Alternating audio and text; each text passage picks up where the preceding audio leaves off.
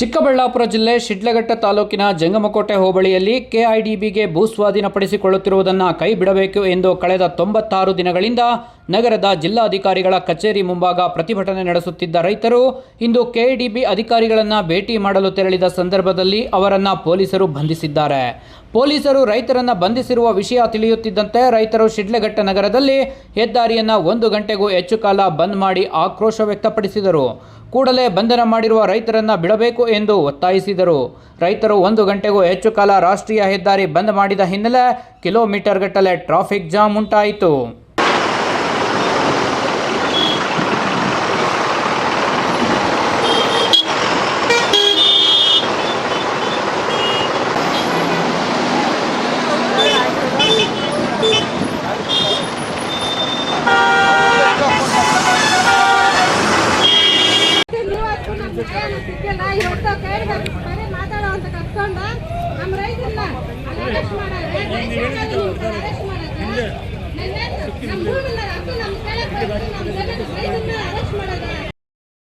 ಏನಾದ್ರೂ ಪರಿಹಾರ ಮಾಡ್ಕೊಡಿ ಅಂತ ಏನಾದ್ರೂ ಒಂದು ಚೂರು ಮಾಹಿತಿ ಇಲ್ವಾ ನಿಮ್ಗೆ ಶಾಸಕರೇ? ನಿಮ್ಗೆ ನಿಮ್ ಮನುಷ್ಯತ್ವ ಅನ್ನೋದಿದ್ರೆ ನಮ್ಮ ರೈತರ ಪರವಾಗಿ ನಿಲ್ಲಿ. ನೀವು ನಮ್ಮ ರೈತರ ಮಗ ಆಗಿದ್ದೀರಾ.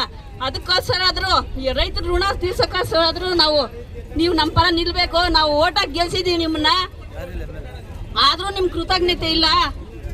ಯಾಕೆ ಈ ತರ ಮೌನ? ನಿಮ್ಗೆ ಏನು ನಮ್ಮ ಭೂಮಿ ಎಂತದಂತ ನಿಮ್ಗೆ ಸ್ವಲ್ಪನಾದ್ರೂ ಪರಿಜ್ಞಾನ ಇಲ್ವಾ?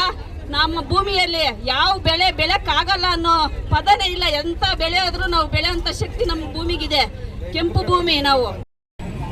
ಈ ಒಂದು ಶಿಡ್ಲಘಟ್ಟ ಏನು ಸರ್ಕಲ್ ಅಲ್ಲಿ ಯಾಕೆ ಒಂದು ರೋಡನ್ನ ಬಂದ್ ಮಾಡಿ ಪ್ರತಿಭಟನೆ ಮಾಡ್ತಾ ಇದ್ದೀವಿ ಅಂದ್ರೆ, ಈಗ ಇದೇ ತಿಂಗಳು 5ನೇ ತಾರೀಕು ಬೈಕ್ ರ್ಯಾಲಿನ ಚಿಕ್ಕಬಳ್ಳಾಪುರದಿಂದ ಜಿಲ್ಲಾಧಿಕಾರಿ ಕಚೇರಿಯಿಂದ ವಿಧಾನಸೌಧ ಮುತ್ತಿಗೆ ಅಂತ ಹೊರಟಾಗ ಅಣಕನೂರು ಹತ್ರ ಪೊಲೀಸ್ನವ್ರು ತಡೆದು ಅಲ್ಲಿ ಅಡ್ಡಗಟ್ಟಿದಾಗ ಜಿಲ್ಲಾಧಿಕಾರಿಗಳು ಮತ್ತೆ SP ಸಾಹೇಬರು ಬಂದು ಏನೋ ನಿಮಗೆ ಈ ಕೆಐಡಿಬಿ ಅಧಿಕಾರಿಗಳ ಜೊತೆ ಮಾತಾಡೋಕ್ಕೆ ಅವಕಾಶ ನಾವು ಮಾಡಿಕೊಡ್ತೀವಿ, ದಯವಿಟ್ಟು ನಿಮ್ಮ ಧರಣಿನ ವಾಪಸ್ ತಗೊಳ್ಳಿ, ಇಲ್ಲಿಂದ ಹೋಗಿ ದಯವಿಟ್ಟು ನಾವು ಮಾಡಿಕೊಡ್ತೀವಿ ಅಂತ ಹೇಳಿದ್ದಕ್ಕೆ ಸುಮಾರು ಹೊತ್ತು ನಾವು ರಸ್ತೆ ತಡೆ ಮಾಡಿ ನಮ್ಮ ರಾಜ್ಯಾಧ್ಯಕ್ಷಗಳ ಸಮ್ಮುಖದಲ್ಲಿ ಅದನ್ನು ವಾಪಸ್ ತಗೊಂಡ್ರಿ. ಅದೇ ಥರ ಇವತ್ತು ಜಿಲ್ಲಾಧಿಕಾರಿಗಳು ನಮ್ಮ ಒಂದು ಕೆಐಡಿಬಿ ಸಂಬಂಧಪಟ್ಟಂಥ ಕೆಲವೊಂದು ರೈತರುಗಳು ನಮ್ಮ ಮುಖಂಡರನ್ನ ಕೆಐಡಿಬಿ ಅಧಿಕಾರಿಗಳ ಜೊತೆ ಮಾತಾಡೋಕ್ಕೆ ಕಳಿಸಿದಾಗ ಅಲ್ಲಿ ಬಂಧಿಸಿದ್ದಾರೆ. ಯಾಕೆ ಬಂಧಿಸಿದ್ರು? ಈ ಕಡೆಯಿಂದ ಕಳಿಸೋದು ಏನು, ಬಂಧಿಸೋದು ಯಾಕೆ? ಇದೇನು ಅರ್ಥನೇ ಆಗ್ತಾ ಇಲ್ಲ. ಈ ರಾಜ್ಯ ಸರ್ಕಾರ ಮತ್ತು ಕೆಐಡಿಬಿ ಯಾಕೆ ಈ ಥರ ಒಂದು ನಡವಳಿಕೆ ಆಗ್ತಾ ಇದೆ? ಈಗ ನೋಡ್ತಾ ಇದ್ದೀವಿ, ಇಡೀ ರಾಜ್ಯಾದ್ಯಂತ ಸುಮಾರು ಲಕ್ಷಾಂತರ ಭೂಮಿನ ವಶಪಡಿಸ್ಕೊಂತವ್ರೆ, ಅದು ಫಲವತ್ತಾದ ಭೂಮಿನ. ಇದು ನಿಲ್ಲದೆ ಹೋದ್ರೆ ಮುಂದಿನ ದಿನಗಳಲ್ಲಿ ಹೀಗೆ ಆದರೆ ಇವರು ಮುಂದಿನ ದಿನಗಳಲ್ಲಿ ನಾವು ಹೋರಾಟ ಮಾಡಬೇಕಾಗ್ತದೆ. ಈ ಸರ್ಕಾರ ಅಂತೂ ಉಳಿಯೋದೇ ಇಲ್ಲ. ಈ ಒಂದು ರಾಜ್ಯ ಸರ್ಕಾರ ಏನಾಯ್ತೋ ಈಗ ಅದು ಉಳಿಯೋದಿಲ್ಲ. ಮುಂದಿನ ರೈತರಿಗೆ ತೊಂದರೆ ಕೊಟ್ಟರೆ ಉಳಿಯೋದಿಲ್ಲ ಅಂತ ಹೇಳ್ತಾ ನಾವು ಇದೇ ಥರ ಅವ್ರನ್ನ ಕೂಡಲೇ ಬಿಡುಗಡೆ ಮಾಡಬೇಕು, ನಮ್ಮ ಬಂಧಿಸಿರುವಂಥ ರೈತರನ್ನ ಅಂತೇಳಿ ನಾವೀಗ ಇಲ್ಲಿ ಹೋರಾಟನ ಮಾಡ್ತಾ ಇದ್ದೀವಿ. ಬಿಡುಗಡೆ ಮಾಡಲಿಲ್ಲ ಅಂದರೆ ನಿಮ್ಮ ಹೋರಾಟ ಯಾವ ಥರ ಇರುತ್ತೆ? ನಾವು ಮುಂದೆ ಇನ್ನೂ ಹಂತವಾಗಿ ಹೋರಾಟ ಮಾಡ್ತೀವಿ. ಈಗಾಗಲೇ ಎಲ್ಲ ತಾಲೂಕುಗಳಿಗೂ ಮಾಹಿತಿ ಹೋಗಿದೆ. ನಾಳೆ ನಾನು ಅದೇ ಥರ ಮಾಡಿದ್ರೆ ನಾಳೆ ಇನ್ನೂ ಬೇರೆ ಬೇರೆ ತಾಲೂಕುಗಳನ್ನು ಬಂದ್ ಮಾಡುವಂಥ ಕೆಲಸನೂ ಆಗ್ತೈತೆ ಅಂತ ಹೇಳೋದಕ್ಕೆ ಇಷ್ಟಪಡ್ತೀವಿ. ಬೀದಿಗೆ ತಂದು ಬಿಟ್ಟಿರೋ ಈ ರಾಜಕಾರಣಿಗಳನ್ನ ಏನ್ ಮಾಡ್ಬೇಕು ಏನ್ ಬಿಡ್ಬೇಕು ಅಂತ ಗೊತ್ತಿಲ್ಲ.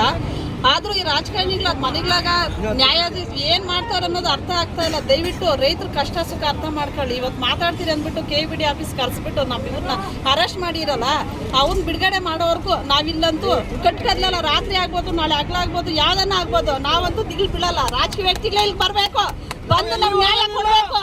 ನಾವು ಸಾಯ್ತಿರೋಂತ ನಾವ್ ಈ ಜಾಗ ಅಂತ ಬಿಟ್ಟು ಹೋಗಲ್ಲ. ನಮ್ಮ ಮಕ್ಳು ಕರಾಸ್ ಆಗ್ಬೇಕು. ನಮ್ಮ ಮನೆ ಬಾಗಿಲು ಓಟಿಗೆ ಬಂದಾರಲ್ಲ, ನಮ್ಮ ಮಕ್ಳು ಕರಾಸ್ ಆಗೋವರೆಗೂ ನಮ್ಮ ರೈತರು ಹೆಣ್ಮಕ್ಳು ಕರ್ಣೆ ಅರ್ಥ ಆಗ್ತಾ ಇಲ್ಲ. ಅವ್ರ ನಮ್ಮ ಮಕ್ಳು ಮರಿ ಎಲ್ಲ ಬಿಟ್ಟು ಬಂದು ಬಿಸ್ಲ ಕೂತಾರಲ್ಲ, ನನ್ನ ಮಕ್ಳು ಏನ್ ತಗೊಂಡು ಒಯ್ಬೇಕು ಅನ್ನೋದು ಅರ್ಥ ಆಗ್ತಾ ಇಲ್ಲ. ದಯವಿಟ್ಟು ಈ ಮಾತು ಯಾರನ್ನೂ ತಪ್ಪು ತಡ್ಕೊಬೇಡಿ. ಯಾಕಂದ್ರೆ ನಮ್ಮ ರೈತರ ಮಕ್ಳು ಹೊಟ್ಟೆ ಅಷ್ಟು ಉರಿತಾ ಇದೆ. ರೈತರ ಕಷ್ಟ ಸುಖ ಏನ್ ಅನ್ನೋದು ಅರ್ಥ ಆಗ್ತಾ ಇಲ್ಲ. DC ಆಫೀಸ್ ಹತ್ರ ಬಂದು ಮಾತಾಡ್ತೀನಿ ಅಂದ್ ರವಿಕುಮಾರ್ ಅವರು ಇವತ್ತು ಯಾಕೆ ಬಂದು ಮಾತಾಡಿಲ್ಲ? ಅವತ್ತು ತಪ್ಪಿಸ್ಕೊಂಡ್ರು.